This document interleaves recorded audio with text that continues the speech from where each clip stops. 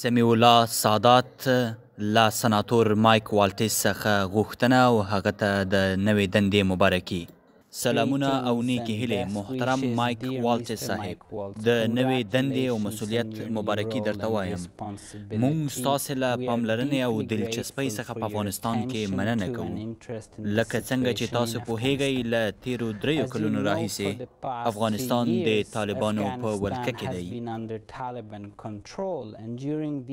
او د همدغو کلونو په جریان کې موږ په دې هڅه کې یو چې څنګه د طالبانو په وړاندې مبارزه پیل کړو او خپل هیواد بیرته آزاد کړو. که تاسې موږ ته په هوایي برخه کې مرسته او اکمالات برابر کړئ، موږ چمتو یو چې د ځمکنیو عملیاتو مسؤلیت په غاړه واخلو. تاسو زموږ وروستۍ هیله یاست.